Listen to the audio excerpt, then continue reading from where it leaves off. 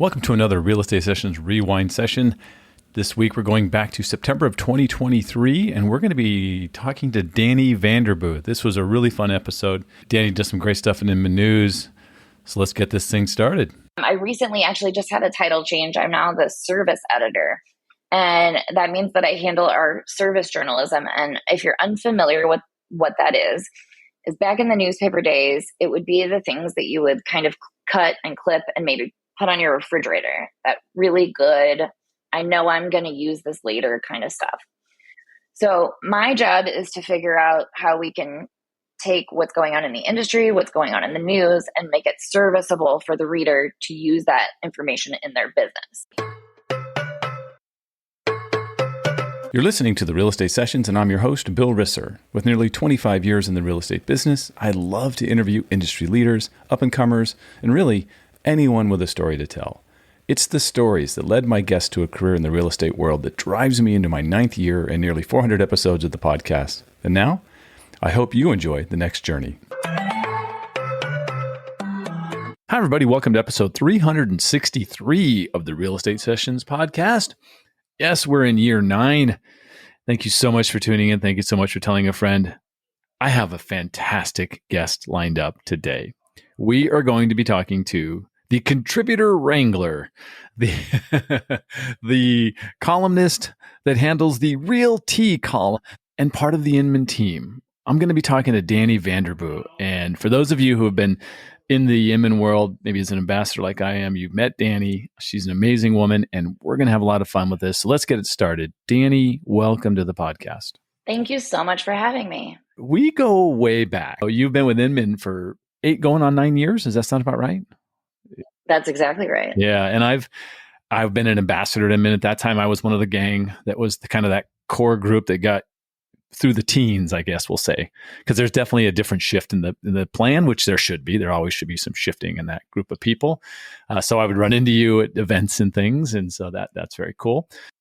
But This is going to be a lot of fun because I've never really, I've interviewed some people at INMAN. I've interviewed Brad. I've interviewed Craig, which was super fun. I had no idea his background. And I love getting the background of people, right? So that's what we're here for. First of all, I think you live in the St. Louis area now, and I think you're a native Missourian. Am I on track there?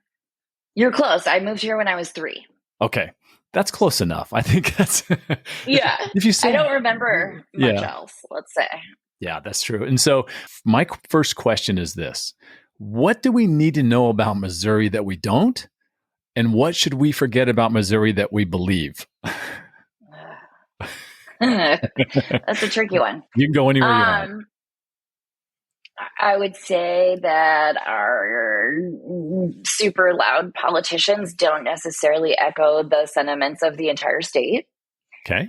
And I would say there are a lot of gems past the Arch and Busch Stadium, though those are amazing, in St. Louis that are worth seeing. And there's like kind of a push for urban revitalization where they're using a lot of buildings that were raised at the beginning of the century and of last century. And they're having a good time kind of coming up with these great urban revitalization projects, such as the Armory, where they've put in this great like food court, and all these food trucks now have that's the Foundry, but they have a home now. So and they use the original like machinery and different pieces throughout to kind of harken back to the previous. That's the kind of stuff I love about St. Louis. Yeah. The City Museum is my favorite place in the city. That's great. Yeah. And tell me, so St. Louis, I'm going to butcher this probably pretty badly. St. Louis is on the eastern side of the state? Correct. And Kansas City is close by. It's up the 80 or up some freeway. It's not far away. It's about 4 hours west. Okay. Oh, so I like see. The full other side of the state. Okay. Mm-hmm. So, and there's like, there should be this little rivalry between I'm just going to throw this out there, the Cardinals and the Royals, but something tells me it's more the Cardinals and the Cubs. And as you shake your head. It's very much the Cardinals and the Cubs. The Cubs are like, it's funny. They're like the all-time enemy, but like at the end of the day, I think most Cardinals fans would rather see the Cubs go all the way than like the Yankees go all the way. Yeah, as I sit here with the Tampa Bay Rays hat on, and just came out of a Yankee series where the last place lowly Yankees tried to draw the Rays into a little bean brawl incident, but the Rays said it's not worth it for us. They're in last place. We don't care, and that's a great feeling, right, for all fans, except you're a Yankee fan. Yeah. So we take sportsmanship seriously here at Busch Stadium. Yeah. Tell me about, even as a child growing up, you were a Cards fan. I mean, there were some really good years going through Joaquin Andahar. I'm throwing some names out there that I know from a while ago that hopefully you're old enough to remember. I don't know. So as a kid, it was like a huge ordeal to go down and see Ozzie Smith. And like, even before I was aware of like what baseball really is, you'd go down and watch just to see if he'd do backflips, like that was the good old days. Yeah. Ozzie, I watched Ozzie in San Diego where I grew up. So we lost Ozzie to the Cardinals, and we got Gary Templeton, who was nice. He just liked to flip people off a little too much. And I don't think Ozzie ever did that. So Ozzie would never do that. All right. So we'll move off of that. I like to find out from people, especially because I generally talk to realtors, right? People in the business who almost all of them had a first career, and real estate is a second, sometimes third, right? But I'm just going to guess for you, as say you in your high school, were you thinking journalism? Was that on your radar right at that time, or what were you thinking about? So it's funny because it should have been, because like, okay, so as a kid, I would like write book reports on like the encyclopedia, and like I grew up very much reading a lot, and like in middle school, I did the paper. And then in high school, I had this teacher, he'd make me read out loud, and I was not confident in reading out loud. And he would make me read Shakespeare out loud. And this guy was the head of the newspaper and like the entire journalism section at our school, newspaper, yearbook, all of it. So I did not go into that. But at the time, I thought that I wanted to be like an Indiana Jones, like the female Indiana Jones. I wanted to go into archaeology and anthropology. Then after I had my accident, it just wasn't. It wasn't going to be the way I wanted it to be, so I wanted to find something else. And then that's when I turned to writing and figured journalism would be the next path. I'd like to talk about the accident if you're okay with that. Yeah. Okay. No, I'm so open about it. Don't worry. I think there's an opportunity here for me and for a lot of people listening to understand how to approach people, how to talk about things, right? So yeah. For those who don't know, you're a paraplegic, you're in a wheelchair. Mm-hmm. And I think you were a teenager when this happened. So let's talk about that process a little bit, where you want to go with that. I'm open for it. Sure. So my big goal when I was a kid, growing up, was to go away to school. And I got into a school that had archaeology as a minor and anthropology as a major. And like I said, that was kind of a driving factor of what I was, it was like affordability and like, where can I study what I actually want to study? Right. And so I went to this school in Cape Girardeau, Missouri called Southeast Missouri State. And there's this hill, it's called Cardiac Hill. And years later, I worked with the lady at Macy's. That was my first career. I worked with her, and she was in her 60s, and she had gone to school there. And she told me that when she went to school there, everybody went sledding down Cardiac Hill. So it's like this long standing tradition. So we had this really great snow. It was like 12 inches of snow, then some melting, and then more snow on top of it. It was like irresistible if you're a snow person, right? It's almost the end of first semester, and we've been gathering friends for like hours to go sledding. And we finally get out there, and there's a baby pool, like you put your 2-year-old in this little plastic baby pool, right? Yeah, right. So being the smart, 19, 20 somethings that we thought it would be a great idea for us all to go down together.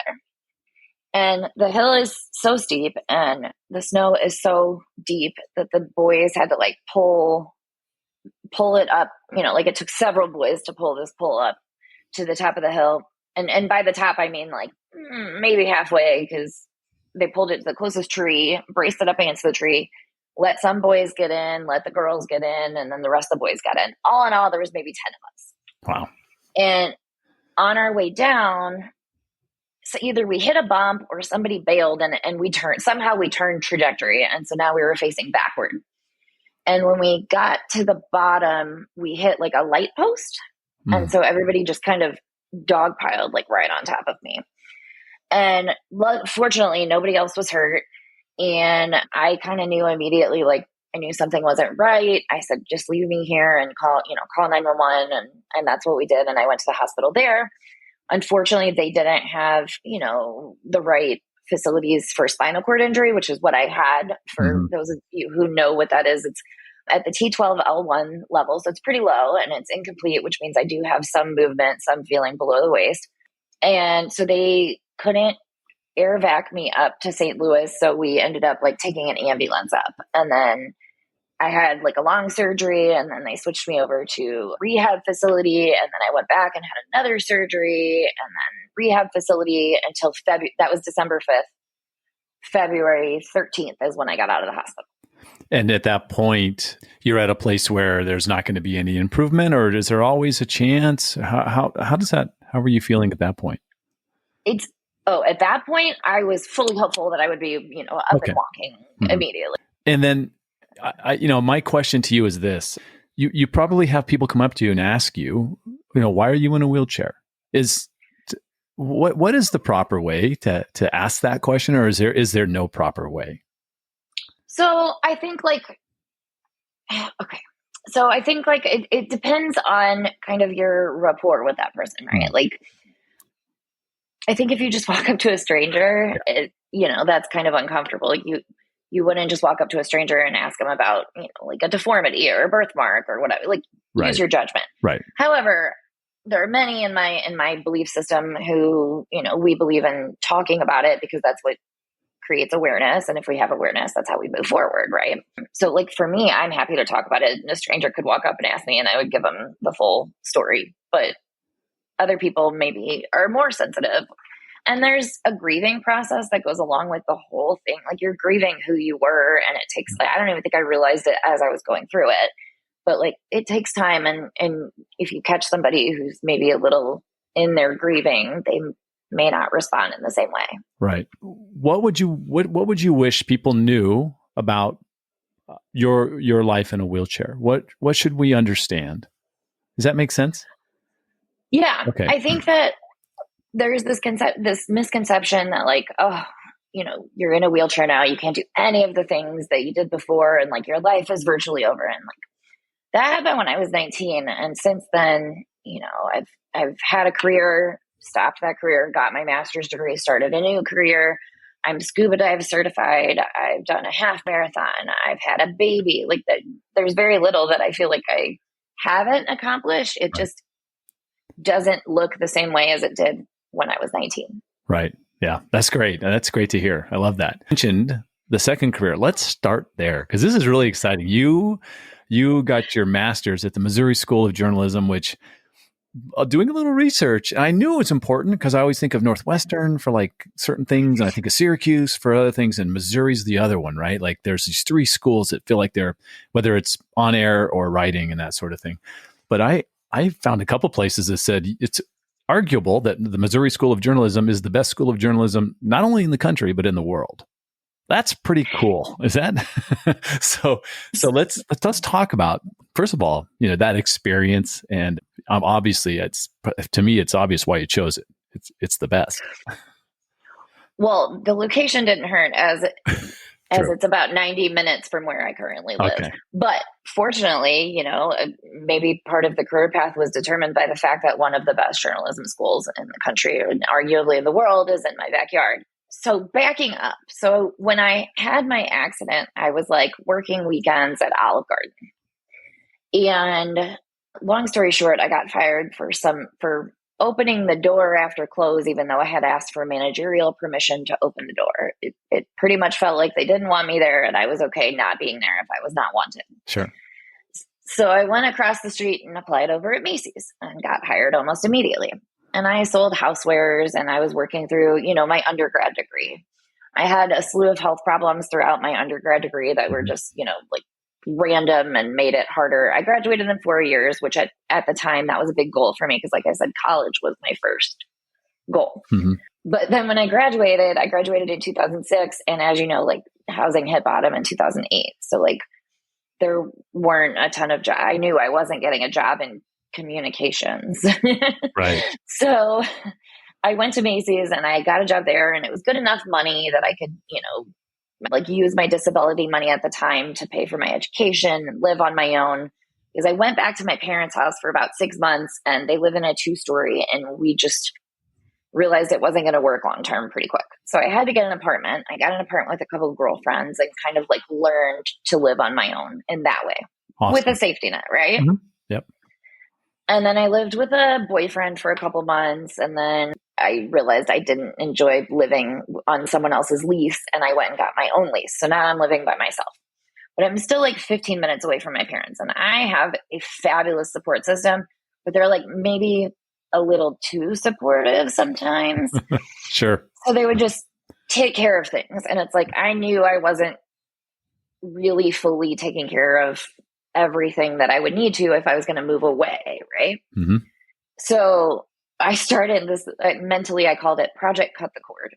And I just decided I was going to, start working further. I switched my job down to the Galleria. So it was like 30 minutes into the city. And then I moved 30 minutes away from my parents. And then I started, studying and applying. Like I had to take the GRE. So I took a 2-week vacation. At this point, I was managing the Lancome counter. I had worked in prescriptives, which is no longer in existence, as the counter manager. It went under. And then I went to Estee Lauder, and I was not the counter manager there. I was just a sales associate. Estee Lauder I love, but it wasn't really like my makeup vibe. So when Lancome came along and said, "Do you want a counter manager position?" I was like, yes. So I moved over there, and makeup was really fun because there's a lot of equivalents that are like similar experiences in selling in the department store that kind of work in my understanding of what real estate, how real estate, like for instance, when you have to cold call to get business for like your gift with purchase. So it's a lot of cold calling. You have to walk up to people in the store that you don't know. Yep. This is sort of like door knocking and get them to come back to the counter with you. It's those kind of things which were helpful. But so I took 2 weeks vacation. I studied on Khan Academy math because I hadn't taken math since high school for those 2 weeks. And then I took the GRE and wrote an essay about essentially everything that had happened to me from when I had my accident and to why I wanted to go into journalism. And a big part of that was there was no upward mobility in the job I was in. There was nowhere to go.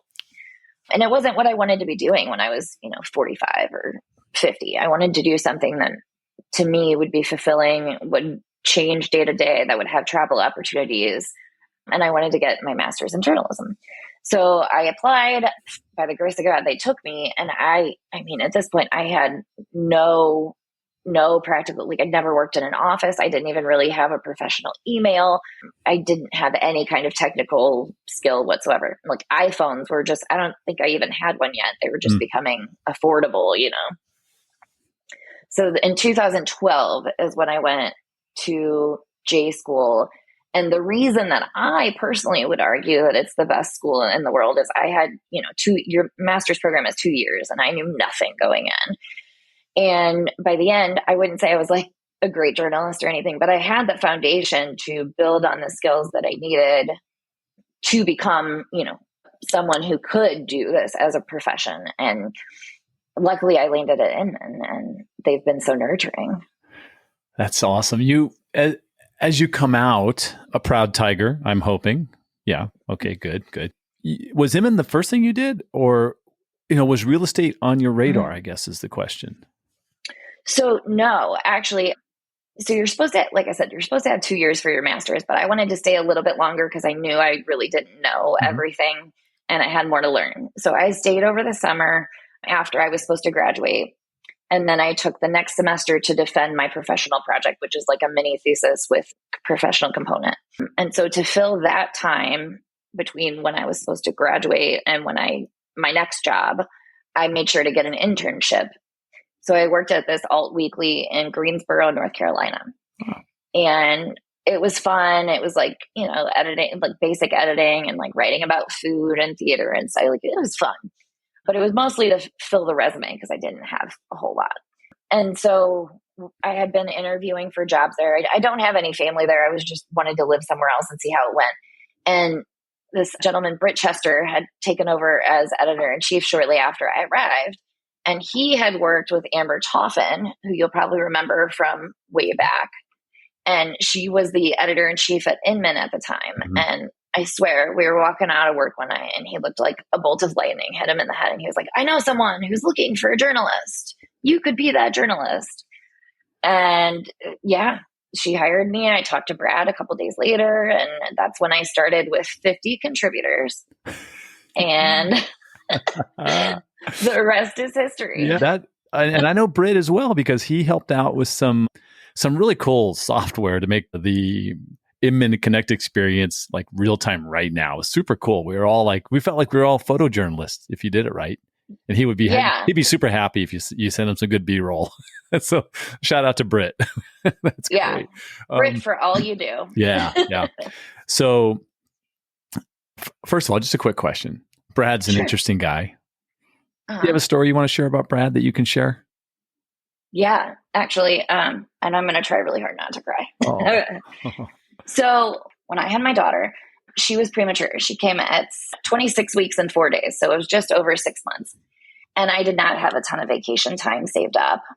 And they allowed my coworkers to donate time so that I wouldn't be working a whole lot of time. And he donated something like 180 hours so that I would get paid while I was taking care of my daughter in the NICU. That sounds like Brad. That's awesome. You mentioned contributor wrangler. I did. Contributor wrangler. I love that phrase. And I know that I was part of that for a while. But for the life of me, I can't remember what I wrote about, but I'm sure you had to do some heavy editing on it. So I'll apologize right now for that. But talk about that role. And I've got to assume that herding cats is definitely something you've said before. I'm just guessing. Yes, but usually not in relation to this. Okay. But it does somewhat feel like that, or it has felt like that in the past. So like I said, when Amber handed over the program to me, I had about 50 contributors. And at the time, the goal, and I'll preface this by saying it's evolved in a big way. Yeah. But the goal was to have, 5 contributed posts a day. And I knew nothing about real estate. I had a general idea, but I didn't really know anything, because you don't know what you don't know, right? Right. So I was just going and doing my best to get these posts up. And then over time, I recently actually just had a title change. I'm now the service editor. And that means that I handle our service journalism. And if you're unfamiliar with what that is back in the newspaper days, it would be the things that you would kind of cut and clip and maybe put on your refrigerator. That really good, I know I'm going to use this later kind of stuff. Right. So my job is to figure out how we can take what's going on in the industry, what's going on in the news, and make it serviceable for the reader to use that information in their business. And part of that is tapping into our boots on the ground contributor network, which has grown to something like 1,500 contributors in my tenure. Wow. It's a big number now. They're not all like 100% active, but we have, that's what we've had over the years. And there's about 50 to 60 who write at least on a monthly basis. Okay. Yeah, like Rachel Height's one I know, right? Is she a contributor, or she's moved up the ladder a little bit, it looks like? Is that true? She's kind of a contributing editor at this point. That's awesome. And then I see Sue Benson doing some stuff. That's pretty cool. Focusing hard on Instagram. Contributor. Yeah. So there's all these people that I have relationships with, and who I've had them both on the podcast. So it's super cool to see their name, on my Inman News emails, which is cool. Twice a year, Inman Connect rolls around. I'm sure there's some joy involved with that, and there's also some. Here we go again. Got to be honest, it's got to be a ton of work. I would love to hear what that typical day at an Inman Connect event looks like.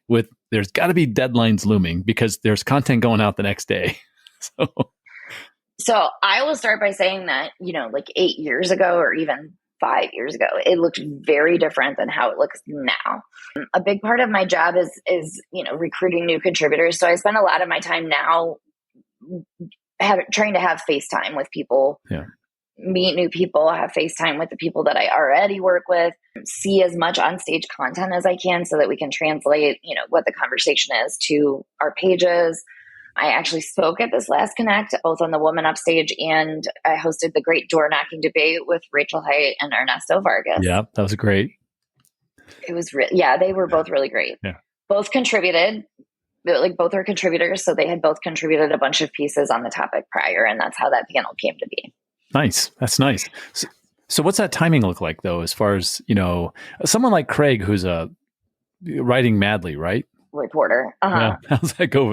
Yours is a little easier than his, it sounds like, if you had Yeah, I may cover one or two sessions, but our reporters, with the guidance of our editor-in-chief, Jotham Setterstrom, he makes up this massive document that has all of the things you would ever want to know, and like really tries to make it easy on the journalists who are running around frantically. And basically the expectation is, you watch your panel, and as soon as you could file, you file. And then at home, like we'll use Vegas as this example. I was the only editor who went, and the rest of the editors were at home. Okay. So they stayed home making sure that everything got edited and put up, and that our newsletters were being written, and everything that was timely was getting out. Because another part of what the service team, part of what I wrangle is that we run the Agent Edge newsletter, the Broker Edge newsletter, the Teams newsletter, the Basics, which is our new agent newsletter, and then we also staff AM, PM, and the Weekenders. Wow. There are still newsletters outside of that I don't wrangle. Yeah, but there's no excuse for missing an article at Inman. There's none, because it's going to show up on the weekend, or it's going to show up on one of the other, kind of. Yeah, we try to get it out there. Summary newsletter. So that's great. There's some news happening right now in the world of real estate. We just happen to be recording this. I'll say the date on August 28th, 9th, 8th, 9th, August 29th. And yesterday, Kenny Parcell resigned from NAR, and the New York Times released an article last Saturday that was damning of NAR leadership. And it's really created a lot of commentary, a lot of action. Sue Yenicon comes right to mind with what she did over the weekend with Bob and leadership. Anything, I know you're a journalist, so I think we'll stick there, but your thoughts on this, and where we're, is there what's next? That's really tough. Well, so I'll kind of talk through kind of how we've been covering it, if that works for you. So as we had discussed this previously, but so I've been on the circuit of going to women's conferences the past few years. So I've been attending and speaking at Women Up and Awesome Females, and just kind of really focusing on listening to the voices within that group. They've, been speaking about the different systemic issues that have been happening. And within that network of women, we had heard that this story was coming before it came, right? Okay. So on June 27th, Brevard filed a suit against NAR for racial and sexual discrimination. And she withdrew the suit 9 days later. So that happened right before, the Awesome Females conference happened. And so we spent in those conferences, we were spending a lot of time discussing, what the state of the industry looks like. And we had gotten word that the New York Times was going to be doing an expose. We had some idea what was going to be in it. And on our end, we were ready to, put forth what our reporting has been. Now, yesterday I was covering the entire org because our EIC was out for appointments. And it was interesting because Saturday we all came, our group came in. We thought that the New York Times article was going to drop on Saturday, but we weren't 100% sure. So we had went ahead with, plan A of newslettering. And then we came in on Saturday, published our story, and then made that our A on Monday. And then on Monday, we were expecting, outcry and reaction. And so we had reporters covering all of it, from the reaction to, what the system that puts these leaders into office, what those processes look like. There will be a lot more coming, but so far we have reaction and a lot of op-eds. Yeah. And what happens next is unsure, but Kenny Parcell did resign yesterday about 3:11, I believe it was, Central Time. Actually, the Times ended up quoting our reporter, so that was pretty exciting. And it was after outcry from leaders like Sue Yenicom, who publicly, and she was one of the few who publicly said, right, this is not okay, and I'm calling Bob Goldberg, blah, blah, blah. Yeah. Look, I think real estate's local. always has been, always will be. It's local, right? And I think that the thing that I've seen over the last few days is just how important the local associations are to an agent. It really matters about the MLS that they belong to, and that the association that more than likely owns the MLS, or their state level association. And NAR seems to be this thing just sitting out there with a lot of money from a lot, because it's the largest trade association, right, in the country. So they have lots. Yes. They have lots of revenue and lots of opportunities to do great things.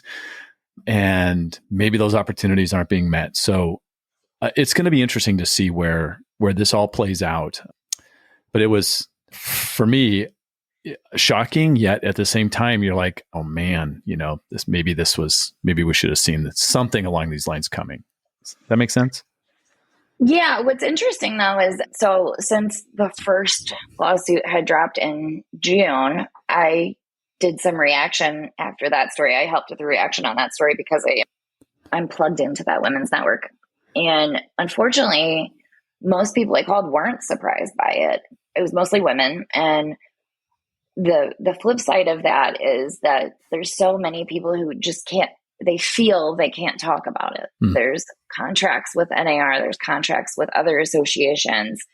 There's, when you look at cases like this outside of real estate, there's often a hefty sum paid out, and there's usually non-disclosures involved. And, there's a bajillion reasons that women aren't able to speak about these abuses. And I will say that it's nice to see that the New York Times was able to get, I think it was 29 women on the record. Right. That's not an easy feat in itself. But a paper like the Times that has that legal arm and is credible in that way nationwide to the consumer and everyone, this isn't a story that's going away anytime soon. Yeah, we'll have to pay attention and see where it goes. Well, let's talk about something more fun. How about that? How about let's do it. How about this? I'm going to assume that you really, really like the project called Real Tea. By the way, name is fantastic. Name is fantastic. Real Tea. I'm not going to spoil the surprise. For those that don't know, explain what Real Tea is. It's where real estate and reality TV intersect on INMAN News. Nice. In Vegas, we were just sitting around the table, and our Lockhart Steele, our content director, was like, "Who likes reality TV?" And I was like, "This guy, I like reality." And he was like, "You should be writing a column." And the first column I wrote was about Jason Oppenheim, and he was discussing Compass. And he was being critical of Compass, we'll say. Okay. And yeah, it's been a really fun column. In fact, today we were on a virtual press junket for the next season of Selling the OC, which will drop here soon. There will be a new Realty column coming in the next week or so. Is it relatively easy to get access because of you got a ton of readers, so I'm sure that for the PR people for these shows, they're like, yeah, absolutely. Let's get an interview or something. I think there's a little bit of pull there because real estate doesn't typically love reality TV. Like there's kind of no, I'm not unaware of the fact that reality TV does not necessarily portray real estate in the most accurate way. But what excites me about it is you do see people using this TV mechanism to build their business. And you'll see on Real Housewives, for instance, you'll see women come in with absolutely no brand, no business, and then they build up these like massive businesses just using their TV personalities. Right. So the intersection of that into real estate just felt like a really fun thing to be able to, to talk about and also to have a little fun with outside of the tougher stories that we cover. Yeah, I was going to say, it probably seems like, I don't want to say it's less work, but it feels not at all fun. Yeah. It's actually, in some ways, it's more work because everything is so public. You really have to be kind of on it. Yeah. Yeah. You got it. But I like that assignment, so it's okay. Yeah. You got to know your stuff. I love that. Yeah. DANI, this has been awesome. Let me finish with the same question I've asked every guest. Now, you're not a realtor, but I know you have an answer for this question because all of us do. What one piece of advice would you give a new agent just starting in the business? Create content. And by content, I don't mean vanity content. I mean content that will help your clients through the process, that will help them know who you are and what you do to help them. And then the second part of that is push it out to the world. Like, make sure you're on the socials, pushing out your content, showing the value you offer, and really just double down on doing those things. Make video, make articles, push it out there, get your face out there, be the realtor they know. Yeah, that's awesome. DANI, if someone wants to reach out to you, maybe they want to apply to be a contributor, what's the best way for them to do that? If you want to be a contributor, please reach out to me at DANI@INMAN.com, and I can send you all of the information you'll need. Awesome. That's great. DANI, this has been great. Thank you so much for your time today. And I'm going to pay a lot of attention to Realty. I promise you. I can't wait. So, all right. Deal?